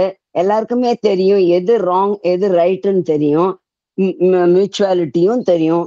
பட் ஸ்டில் ஏன் அந்த மாதிரி வந்து போயின்னு இருக்காங்க? எதுனால அந்த மாதிரி? அதுக்கு ஏதாவது பகவான் ரீசன் சொல்லியிருக்காரா? இல்ல அங்க மியூச்சுவாலிட்டி இல்ல. மியூச்சுவாலிட்டி இப்ப இஸ்ரேல் ஏன் வார் நடக்குது, இஸ்ரேல் ஏன் அவங்க சண்டை போடுறாங்க அப்படின்னா they don't have the sense of mutuality. நாடுகள் ஒருத்தர் ஏன் சண்டை போடுறாங்க அப்படின்னா டிஃபென்ஸ்க்காக என்ன நான் தற்காத்து கொள்வது வேற. பட் மற்றவங்களை போய் அட்டாக் பண்ணி மற்றவங்களுக்கு that means you don't have a sense of mutuality. இங்க பகவான் சொல்றாரு if there is sufficient mutuality அப்படிங்கிறாரு. ஒன்னஸ் அப்படிங்கிற நிலையில இருக்க முடியாது. ஏன்னா நம்ம we live in a state of multiplicity, டிவிஷன்ல இருக்கிறோம். அந்த நிலையில கூட ஒரு சென்ஸ் ஆஃப் மியூச்சுவாலிட்டி இருந்தது அப்படின்னா இப்ப நம்ம சொல்றோம்ல உலகமே. இப்ப இந்தியாவில் என்ன சொல்றோம்? நம்மளுடைய பாரம்பரியமான இதுல என்ன சொல்றாங்க? உலகமே ஒரு குடும்பமா இருக்கணும், வசுதேவ குடும்பம் அப்படிங்கிறாங்க. என்ன அப்படின்னு அர்த்தம்? அதுதான் மியூச்சுவாலிட்டி, சென்ஸ் ஆஃப் மியூச்சுவாலிட்டி. அந்த ஒரு ஸ்பிரிட்ல இருந்தோம் அப்படின்னா, அட்லீஸ்ட் அந்த ஸ்பிரிட்ல இருந்தோம் அப்படின்னா அதுவே நிறைய ப்ராப்ளத்தை தப்பு எல்லாம் நடக்காத சால்வ் பண்ணும் அப்படிங்கிறார். புரியுதா உங்களுக்கு? இதுல வந்து நாலேஜ் இல்லாதவங்கிற பேச்சுக்கே இடம் கிடையாது. படிக்காதவங்க நிறைய பேர் வந்து படிக்காதவங்க, ஒன்னா படிப்பறிவு இல்லாதவங்க வந்து நிறைய இதுல தப்பு எது நல்லது எதுன்னு தெரிஞ்சவங்க இருக்கிறாங்க. படிச்சவங்க எல்லாம் வெறும் நாலேஜ் பீப்புள் தான் ரைட் ஆர் ராங் தெரிஞ்சவங்க அப்படிங்கிறது அப்படி கிடையாது. தப்பு செய்யறவங்க அதுவும் எல்லா கிடையாது. லெவல்லையும் தானே இருக்கிறாங்க. It has got nothing to do with your knowledge, your educational நாலேஜோ அந்த சோசியல் ஸ்டேட்டஸ்க்கோ சம்பந்தமே கிடையாது. It depends on the person, அவ்வளவுதான். அது சில பர்சன்ஸ் வந்து மியூச்சுவாலிட்டியோட இருப்பாங்க, எல்லா மற்றவர்களை வந்து கருத்துல கொண்டு நல்ல இதோட இருப்பாங்க. சில பேர் இருக்க மாட்டாங்க, அவ்வளவுதான். எங்கெங்கெல்லாம் அந்த மியூச்சுவாலிட்டி இருக்கோ இதெல்லாம் இருக்காது அப்படிங்கிற. சஃபிஷியன்ட் மியூச்சுவாலிட்டி இருந்தது அப்படின்னா, ஒன்னஸ் இல்லைன்னா கூட அவங்கவுங்க லிமிட்ல வந்து ஒரு அவங்கவுங்க லிமிட்டை எல்லைகளை மீறாம, அந்த நார்ம்ஸை மீறாம செயல்படும் பொழுது ஹார்மனி அண்ட் ட்ரூத் வந்து அங்க இருக்கும். ஹார்மனி அண்ட் ட்ரூத் வந்து அங்க மேலோங்கி செயல்படும். அது ஈவில், தீமை என்பது நுழைய முடியாது அப்படிங்கிறார். எல்லா குடும்பத்திலையும் தீமையா இருக்கு, யோசிச்சு பாருங்க. எல்லா குடும்பத்திலையும் தீமையை தலைவிரிச்சாடுதா? கிடையாது. சில குடும்பத்துல தான் நம்ம சில டிவியில படிக்கிறோம், இந்த இந்த இந்த வன்முறைகள்லாம் சில இதுல தான் நடக்குது. சில சமுதாயங்கள்ல, சில நாடுகள்ல, சில மனிதர்கள்ட்ட தான் நம்ம பாக்குறோம். அதை டிவி இதுல எல்லாம் ஹைலைட் பண்றாங்க, ஹைலைட் பண்ணி இது பண்றாங்க. என்டையர் வேர்ல்டு அப்படி இருந்தது அப்படின்னா உலகமே இருக்க முடியாது. அப்கோர்ஸ் இதெல்லாம் வந்து அபரேஷன்ஸ் வந்து ரொம்ப நம்ம மேலோங்கி காணப்படுகின்றது. அதனால நம்ம அதெல்லாம் நம்மை பாதிக்கின்றது, அதெல்லாம் பாதிக்கின்றது நம்மை. நான் நாலெட்ஜ்னு சொன்னது விவேகத்தை சொன்னேன், அறிவை சொல்லல, படிப்பறிவோ இதெல்லாம் இல்ல. விவேகமா இருக்கிறவங்க எல்லா விவேகமா இருக்கிறவங்க விவேகமா இருக்கிறவங்க எல்லா லெவல்லையும் தான் இருக்கிறாங்க இல்லையா? எல்லா லெவல்லையும் விவேகமா இருக்கிறவங்களும் இருக்கிறாங்க, இல்லாதவங்களும் இருக்கிறாங்க. ஆமா ஆமா, படிப்பறிப்பே இல்லாதவங்களுக்கு கூட விவேகம் இருக்கு. விவேகம் அப்படிங்கிறது இருக்கு இல்லையா உங்களுக்கு? இதுல பகவான் இங்க சொல்லக்கூடிய கருத்து என்னன்னா, ரெண்டு விஷயம் சொல்றாரு. ஒன்னஸும் மியூச்சுவாலிட்டி இருந்தது அப்படின்னா அது ஐடியல் கண்டிஷன். ஒன்னஸ்னா எல்லாரும் ஒண்ணு நினைக்க, அது முடியாது. அது வந்து நம்ம மென்டல் கான்சியஸ்னஸ்ல இருக்கிற வரைக்கும் டிவைடடா இருப்போம், அது சாத்தியம் இல்லை. சூப்பரா மென்டல் கான்சியஸ்னஸ் வந்த பிறகு ஒன்னஸ் வரும். சரி, அது இல்லாத நம்ம என்ன பண்றது? அப்படின்னா இதெல்லாம் நம்மளால வந்து இந்த உயர் விஷயங்களை கொண்டு வர முடியாது அப்படின்னா முடியும் அப்படிங்கிறாரு. ஒரு சஃபிஷியன்ட் மியூச்சுவாலிட்டி இருந்தா போதும். நீங்க உங்களுடைய என்ன மாத்திரம் நீங்க சுயமா மாத்திரம், சுயநலனை மாத்திரம் சிந்திக்காம, எல்லாருடைய யாருக்கும் பாதகம் இல்லாம அவங்கவுங்க லிமிட்ல, அந்த லிமிட் எல்லைகளை மீறாம செயல்பட்டாலே அங்க ஹார்மனி அண்ட் ட்ரூத்தும் மேலோங்கி செயல்படும். ஈவில் வந்து, தீமை வந்து உள்ள நுழையாது அப்படிங்கிறார். Evil will have no gate of entry அப்படிங்கிறார். அதுதான் சொல்றாரு. பேசிக்கலா நம்ம லெவல்ல என்ன பண்ணலாம் அப்படிங்கிறார். Okay, thank you sir. Yes madam, Maithili madam கருத்துக்கும். சார், ஆனா எனக்கு ஒரு கன்ஃபியூஷன் இருந்தது. மேடம் கேட்டபோது எனக்கு கிளியர் ஆயிடுற மாதிரி இருக்கு. பட் என்னாலும் அந்த நான் மனசுல தோணினதை கேட்கறேன் சார். ஆக்சுவலி எனக்கு நன்மைன்னு படுறது மற்றவங்களுக்கு நன்மையா படாது. அந்த இடத்துல எதை சார் இம்ப்ளிமெண்ட் பண்ணணும்?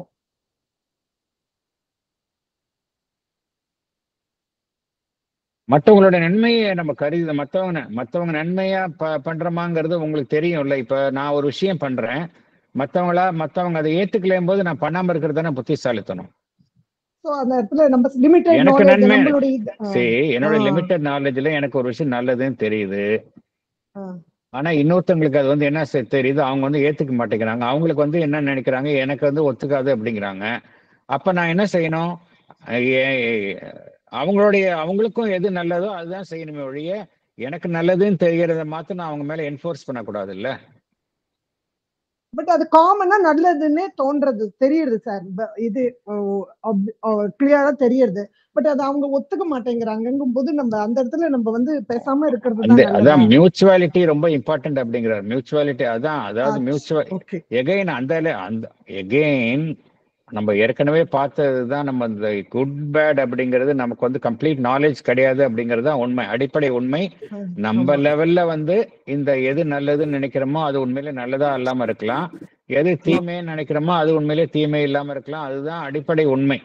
இருந்தாலும் நம்ம சமுதாயத்துல வந்து நம்ம பழகிறோம், மற்றவரோட பழகிறோம், குடும்பத்தில் நிறைய பேரோட இருக்கிறோம்.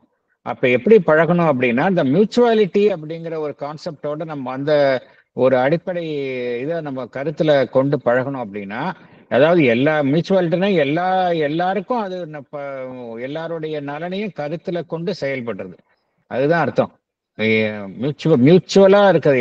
எனக்கு ஒரு பெனிஃபிட்டா எனக்கு மாத்திரம் பயன் இல்லாம எனக்கும் மற்றவர்களுக்கும் பயனுள்ளதா இருக்கணும் அப்படிங்கிறத என்னுடைய டீலிங்ஸ் எல்லாத்துலேயும் மியூச்சுவாலிட்டி இருந்தது அப்படின்னா இதை அமல்படுத்துவது கடினம் அப்படிங்கிறது புரியுது எனக்கு. நீங்க சொல்ற மாதிரி இதை அமல்படுத்துவது நடைமுறையில செயல்படுத்துவது என்பது பிராக்டிக்கல் டிஃபிகல்டிஸ் இருக்கும், இல்லைன்னு சொல்ல வரல. பட் நம்ம செயல்படுத்தினா அது மாதிரி செயல்படுத்தும் பொழுது எந்த அளவுக்கு செயல்படுத்த முடியுமோ அந்த அளவுக்கு செயல்படுத்தும் பொழுது அந்த அளவுக்கு அந்த இடத்துல வந்து இந்த ஹார்மனி அண்ட் ட்ரூத் இருக்கும் அப்படிங்கிறாங்க. அதாவது நம்ம செயல்படுத்த எதுவும் முடியாதுன்னு கிடையாது. எந்த ஓரளவு நம்ம மற்றவர்களோட இணக்கமா இருக்கிறது, ஒரு ஹார்மனைஸ் பண்ணிக்கிறதுங்கிறது முடியும், முடியாதுன்னு அப்படிங்கிறது கிடையாது. என்ன காரணம்னா மதர் என்ன சொல்றாங்க, மதர் இது பத்தி பேசியிருக்கிறாங்க. மதர் வந்து என்ன சொல்றாங்க அப்படின்னா, இந்த யூனிவர்ஸ்ல வந்து ரெண்டு விஷயங்கள் ஒன்னா இருக்க முடியாது அப்படிங்கிறாங்க. ரெண்டு மனிதர்கள் ஒன்றா இருக்க முடியாது. ரெண்டு விஷயம் ஒன்னா இருந்தது அப்படின்னா இன்னொன்னு வந்து தேவையற்றதா ஆகிடும் அப்படிங்கிறாங்க.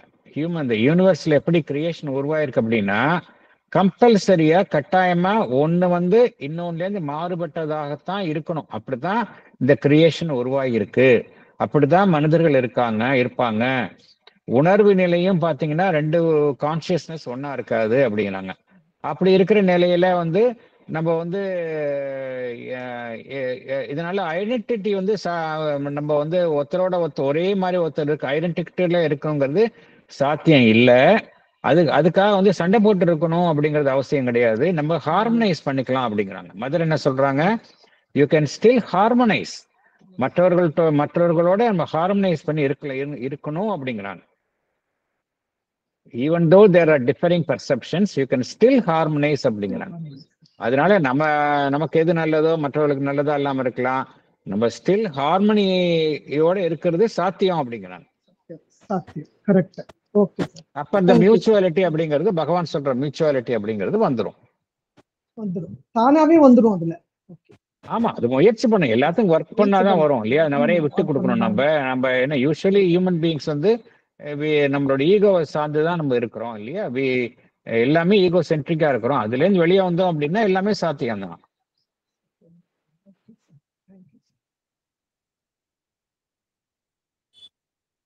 ரங்கராஜன் சார். ரங்கராஜன் சொல்லுங்க சார். அமிர்தா அவர்கள் வந்து இந்த 1916 நடந்த ஒரு இன்ட்ரெஸ்டிங் விஷயத்த சொல்றாரு சார். அப்போ வந்து பகவான் வந்து ஆர்யா பத்திரிகைக்கு அவர் டைப் அடிச்சு கொடுத்துருவாராம். அவர் அமிர்தா ஒரு 4 மணிக்கு 5 மணிக்கு ஒருத்த வந்து வாங்கிட்டு போயிட்டு மறுநாள் காலையில கொண்டு வந்து கொடுக்கணுமா. அவன் வந்து சில சமயம் ஒரு லேட்டா வருவானா. அப்போ அந்த மாதிரி ஒரு 2 தடவை வந்து குடிச்சிட்டு வந்திருந்தானா அவன். அதனால அமிர்தா வந்து அவனை கூப்பிட்டு நீ என்ன நினைச்சுட்டு இருக்க, குடிச்சிட்டுலாம் வந்து இதெல்லாம் பண்ற அப்படின்னு சொல்லிட்டு அவனை ரைடு விட்டா. அவன் தலையை தொங்க போட்டுன்னு போயிட்டானான். பகவான் வந்து கீழே வந்து அமிர்தா கிட்ட வந்து அந்த பையனுக்கும் நமக்கும் என்ன கான்ட்ராக்ட்னு நம்ம கொடுக்கணும், அதை வாங்கிட்டு போகணும், அதை வந்து ப்ரூஃப் லீடிங்லாம் பண்ணிட்டு திருப்பி கொடுக்கணும், அது ஒன்று தான். அவனோட இண்டிவிஜுவல் ஹேபிட்டு அதில் எல்லாம் நீ நுழையிறதுக்கு உனக்கு ஒன்றும் உரிமை இல்லை அப்படின்னு சொன்னாராம்.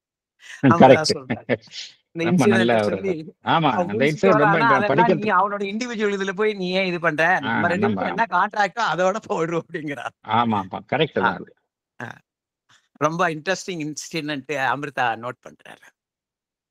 கரெக்ட். அடுத்து போகலாம். There is therefore no authentic inevitable cosmicity of falsehood and evil, even as there is no absoluteness.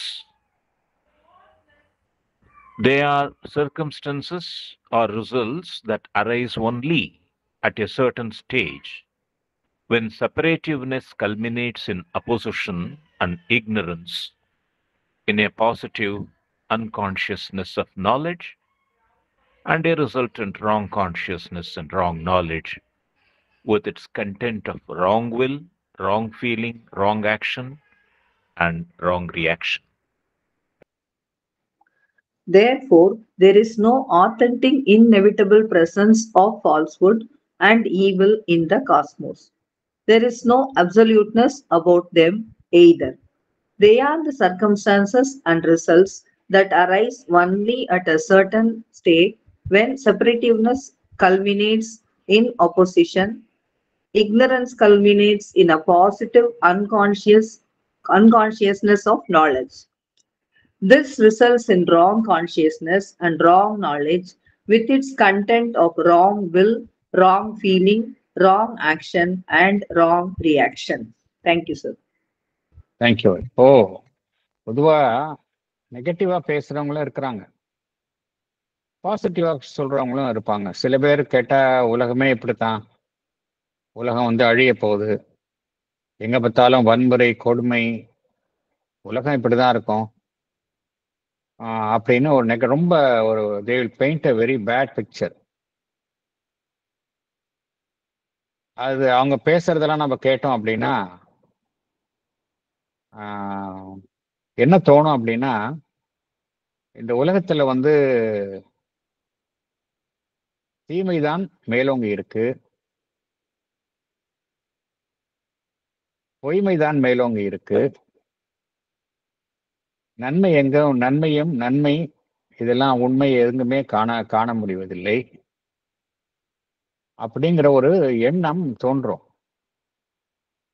இங்க பகவான் வந்து ரொம்ப கிளியரா சொல்றாரு, என்ன சொல்றாரு அப்படின்னா, பகவான் சொல்றது வந்து உண்மை, ட்ரூத், அதான் உண்மை. நம்மளுடைய பர்செப்ஷன்ஸ் வேற மாதிரி இருக்கலாம், ட்ரூத் அதுதான் உண்மை. என்ன சொல்றாரு அப்படின்னா, no authentic inevitable cosmicity, there is no authentic inevitable cosmicity of falsehood and evil அப்படிங்கிற. அப்படி என்ன அர்த்தம்? இந்த உலகத்துல பொய்மையும் தீமையும் இருக்கணும் அப்படிங்கிறதுக்கு எந்த விதமான ஒரு அடிப்படை உண்மையும் இல்லை அப்படிங்கிறார். இந்த உலகத்தில் ஃபால்ஸ்ஹுட்டும் ஈவிலும் இருக்கணும் இருப்பது என்பது தவிர்க்க முடியாதது என்பதில் எந்த விதமான உண்மைத்தன்மையும் கிடையாது அப்படிங்கிறார். அதே போல இந்த ரெண்டு விஷயங்களும் வந்து அப்சல்யூட்னஸும் கிடையாது. அப்சல்யூட்னஸ் கிடையாது அப்படிங்கிறத முன்னாடியே பார்த்துட்டோம். குட்டுக்கும் ட்ரூத்துக்கும் தான் அப்சல்யூட்னஸ் இருக்கு, ஃபால்ஸ்ஹுட்டுக்கும் ஈவிலுக்கும் தேர் இஸ் நோ அப்சல்யூட்னஸ். இந்த பிரபஞ்சத்துல இருக்கணும், இருந்தே ஆகணும், பிரபஞ்சம் இருக்கிற வரைக்கும் இதெல்லாம் இருக்கும் அப்படின்னு சொல்றது தவறு அப்படிங்கிறார். இதெல்லாம் வந்து பகவான் என்ன சொல்றாரு வந்து, they are circumstances or results that arise only at a certain stage. அது எல்லா நிலையிலும் வர்றதில்ல. எப்போ வருது அப்படின்னா, இந்த தனித்திருக்கக்கூடிய நிலை, செப்பரேட்டிவ்னஸ், தனியா இருக்கிறதுங்க அப்படி மல்டிப்ளிசிட்டியில ஏற்கனவே பார்த்தோம். மல்டிப்ளிசிட்டி அண்ட் டிவிஷன் அப்படிங்கிறது இந்த உலகம் இருக்கக்கூடிய நிலையில தவிர்க்க முடியாது. It's reality. எல்லாரும் இந்த செப்பரேட்டிவ்னஸ் அப்படிங்கிறது எல்லாரும் எங்கேயும் காணப்படக்கூடிய ஒரு அம்சமாகத்தான் இருக்கின்றது. ஒன்னஸ் வந்து ரீச் பண்ண முடியாத நிலையில தான் நம்ம எல்லாம் இருக்கிறோம். செப்பரேட்டிவ்னஸ்கள் தான் இருக்கிறோம். நம்ம செப்பரேட்டிவ்னஸ்ல இருக்கிற வரைக்கும் ஒன்றும் பிரச்சனை கிடையாது, அதனால எந்த ப்ராப்ளம் வரப்போறது இல்லை. ஆனா எங்க ப்ராப்ளம் வருது அப்படின்னா, அந்த செப்பரேட்டிவ்னஸ் தனியா இருக்கிறது வந்து ஒரு எதிர்ப்பு தன்மையை உண்டாக்கும் பொழுது, நான் தனியா இருக்கிறேன், இன்னொருத்தங்க தனியா இருக்கிறாங்க, தப்பே கிடையாது. ஆனா தனித்தனியா இருக்கக்கூடிய ரெண்டு பேரும் வந்து ஒருவருக்கு ஒருவர் எதிராக செயல்படும் பொழுதுதான் அந்த பிரச்சனை வருது அப்படிங்கிற.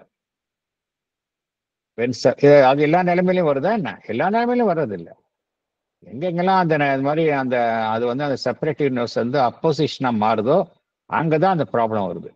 when separativeness culminates in opposition அப்படிங்கிறாரு. ஸோ இது ஒரு கண்டிஷன். செப்பரேட்டிவ்னஸ் culminates in opposition மாறும் பொழுதுதான் இந்த ஈவில் வருது, ஃபால்ஸ்ஹுட் வருது. அப்புறம் இன்னொரு நிலைமையை சொல்றாரு, ignorance in a positive unconsciousness of knowledge at a certain stage when separativeness culminates in opposition. செப்பரேட்டிவ்னஸ் வந்து அப்போசிஷனா மாறுது, எதிர்ப்பா மாறுது. அதே போல அறியாமை என்பது அறியாமையிலே இருந்த ப்ராப்ளம் இல்லை, அறியாமை வந்து எதுவா மாறும் பொழுது ப்ராப்ளம் வருது அப்படிங்கிறாரு. ignorance in a positive unconsciousness of knowledge.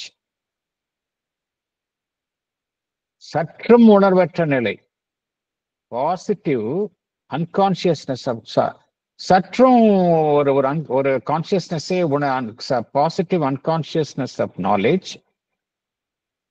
அதாவது பாசிட்டிவ் அன்கான்சியஸ்னஸ் ஆஃப் நாலேஜ்னா ஓரளவு வந்து நல்லது எது கெட்டது எது அப்படிங்கிற சிந்திக்கும் திறமை வந்து ஓரளவு வேணும். அந்த உணர்வு நிலையில ஒருவர் நல்ல சற்று உயர்நிலையில் இருக்கும் பொழுது அவருக்கு வந்து எது சரி எது தவறு எது எல்லாத்தையும் சரியா புரிந்து கொள்கின்றது அப்படிங்கிற அந்த டிஸ்கிரிமினேட்டிங் கெப்பாசிட்டி வந்துடும். ஆனா அந்த இக்னோரன்ஸ் வந்து ரொம்ப மேலோங்கி இருக்கும் பொழுது என்ன ஆயிடுது அப்படின்னா, இக்னோரன்ஸா இருந்த ப்ராப்ளம் கிடையாது. இக்னோரன்ஸ் வந்து ரொம்ப மேலோங்கி இருக்கும் பொழுது in a positive unconsciousness of knowledge அப்படின்னு பகவான் வந்து ரொம்ப அந்த அட்ஜெக்டிவ்ஸ் பாருங்க, பாசிட்டிவ் அன்கான்சியஸ்னஸ் ஆஃப் நாலேஜ் அப்படிங்கிறார். 2 டபுள் அட்ஜெக்டிவ் சொல்றாரு, பாசிட்டிவ் அன்கான்சியஸ்னஸ் ஆஃப் நாலேஜ் அப்படிங்கிறார். இதனால என்ன நடைபெறுகின்றது, நமக்கு நம்மளுடைய உணர்வு நிலை நார்மல் கான்சியஸ்னஸ்ல இருந்து ராங் கான்சியஸ்னஸ் ஆகுது. எல்லாத்தையும் நம்ம தப்பா பார்க்க ஆரம்பிச்சிடுறோம். Resultant wrong consciousness and wrong knowledge, எல்லாத்தையும் தப்பா புரிஞ்சுக்கிறோம். Resultant wrong consciousness and wrong knowledge. இதனால என்ன நடைபெறுகின்றது, இது 2 இருந்ததுன்னா அதோட கூடவே எதெல்லாம் இருக்கும் அப்படிங்கிறாரு, with its content of wrong will.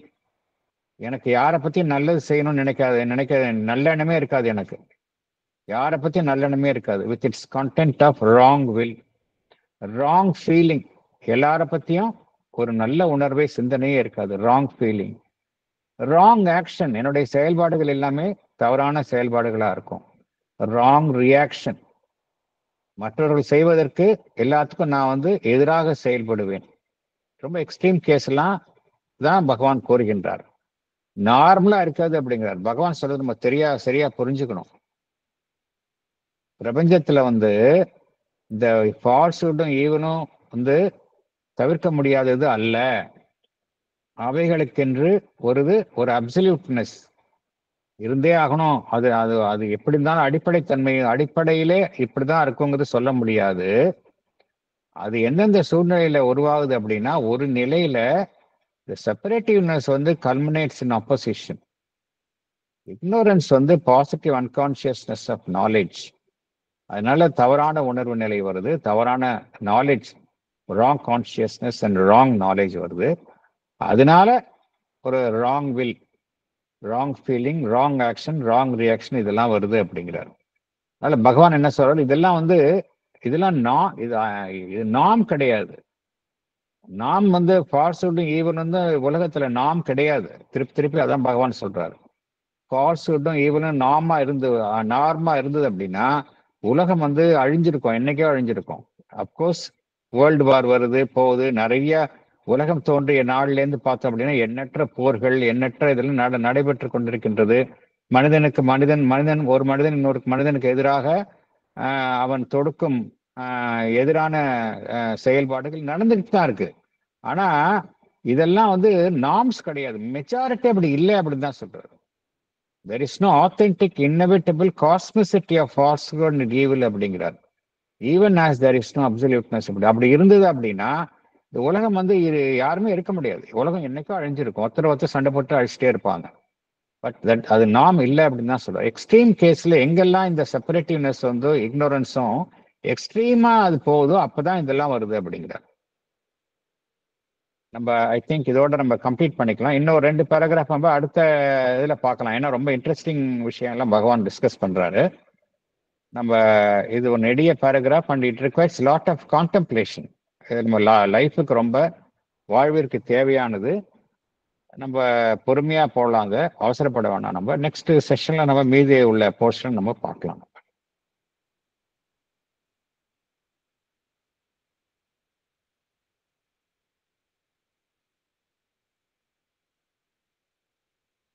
மதர்கிட்ட சொல்றாங்க, இப்ப தீயவர்கள் இப்ப எல்லார்கிட்டையும் மதர்கிட்ட கேட்குறாங்க, எல்லார்கிட்டையும் நீங்க வந்து நல்ல குட்விலோட இருக்கணும், ஹார்மனியோட இருக்கணும்னு சொல்றீங்க. இப்ப தீயவர்களை நம்ம எப்படி ஹேண்டில் பண்றது? ப்ராக்டிக்கலாக ஒரு கொஸ்டினை வந்து மதர்கிட்ட கேட்குறாங்க. தீயவர்கள் அப்படின்னு நம்ம சில பேரை சொல்கிறோம், அதாவது அன்வான்ட் எலிமெண்ட்ஸ் அப்படின்னு சொல்கிறோம். அவங்கள எப்படி ஹேண்டில் பண்ணுறது அப்படின்னு சொல்கிறோம் அப்படின்னு கேட்குறாங்க மதர்கிட்ட. மதர் என்ன சொல்கிறாங்க, அது மாதிரி நம்ம பிராண்ட் பண்ணுற பீப்புள், அதாவது ரொம்ப தீயவர்கள், அவங்கள்ட்ட தள்ளி இருக்கணும் அப்படின்னு சொல்கிறவங்க வந்து, அப்படிப்பட்ட அத்தகைய மனிதர்கள் வந்து வசமாக எண்ணிக்கையில் மிக மிக குறைவு. பொதுவாக நாம் சந்திக்கும் அனைத்து மனிதர்களும் அவர்களுக்குள்ள நன்மையும் தீமையும் கொண்டவர்களாகத்தான் இருக்கின்றார்கள் அப்படிங்கிறாங்க. அதாவது என்கிட்ட எப்படி மிக்சர் இருக்கோ, நன்மையும் தீமையும் என்கிட்ட ஒரு மிக்சரா இருக்கோ, அப்படிதான் நீங்க சந்திக்கிற எல்லா மனிதர்களும் இருக்கிறாங்க. அதனால நீங்க யாரையுமே பிராண்ட் பண்ண முடியாது. இவங்க வந்து இவங்க வந்து தீயவர்கள், அதனால நான் அவங்ககிட்ட விலகி இருப்பேன், நான் தான் நல்லவன் சொல்ல முடியாது.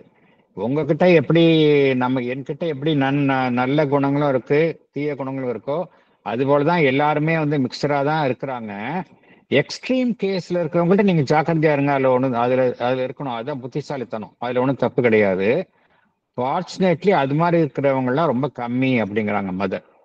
மெஜாரிட்டி நன்மையும் தீமையும் உள்ளே கொண்ட கலவையாகத்தான் மனிதர்கள் இருக்கின்றார்கள். நம்மளால பிராண்ட் பண்ண முடியாது, யாரையுமே நல்லவர்கள் கெட்டவர்கள் பிராண்ட் பண்ண முடியாது அப்படிங்கிற ஒரு கருத்தையும் அன்னை கூறுகின்றார்கள். ஏன்னா இந்த பகவான் சொல்லக்கூடிய கருத்து என்ன அப்படின்னா, இந்த இது வந்து காஸ்மிசிட்டி இல்லை அப்படிங்கிறார்.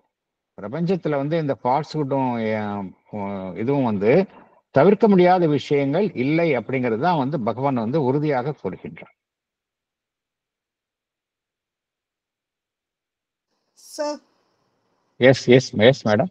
சார், இது என் மனசுல சிலப்போ தோணுது, எதுக்கு இந்த மாதிரி இந்த இது பண்ண, பேசாம எல்லாத்தையும் விட்டுட்டு பேசாம அமைதியா இருந்துட்டு போயிடுவேன், என்ன வேணா நடக்கட்டும் அப்படிங்கிற ஒரு மனசுல தோணித்துன்னு என்ன சார் பண்றது? அப்படின்னா புரியல எனக்கு, எப்படி சொல்றீங்க? அதாவது நம்ம இது எதுக்கு இன்ட்ராக்ட் பண்ணணும், நம்ம மாட்டுக்கு நம்ம வேலையை பார்த்துட்டு போயிட்டே இருக்கலாம், ஒன்னுத்துலயும் சிலப்போ அந்த மாதிரி ஒரு விரக்தி மனப்பான்மை வந்ததுன்னா என்ன சார் செய்யறது? எதுக்கு இதெல்லாம் நம்ம பண்ணணும்? பண்ணினா தானே இந்த மியூச்சுவாலிட்டி வேணும், ஹார்மனி வேணும், எதுக்கு பேசாம இருந்துடலாம் அப்படிங்கிற ஒரு தாமசிச கொண்டோன்னு வச்சுக்கோங்களேன், அந்த மாதிரி வந்துருச்சுன்னா என்ன சார் பண்றது? அது மாதிரி இருக்க முடியாது. நம்மால லைஃப்ல இருக்கிற வரைக்கும் நம்ம செயல்பட்டு கொண்டுதானே இருக்கணும். as long as we live, நம்ம செயல்பட்டு கொண்டுதானே இருக்கணும் இல்லையா? as long as we live, நம்மளால சும்மா இருக்க முடியாது இல்ல. நம்மளோட கடமைகள் இருக்கு, நம்மளுடைய நமக்குன்னு இருக்கக்கூடிய கடமைகள், நமக்கு சமுதாயத்து ஏதோ ஒரு எந்த இடத்துல இருந்தாலும் அந்த இடத்துல நம்ம வந்து அதற்குரிய அந்த நிலையில நம்ம ஆக்ட் பண்ணி தான் ஆகணும் இல்லையா? கரெக்ட். அது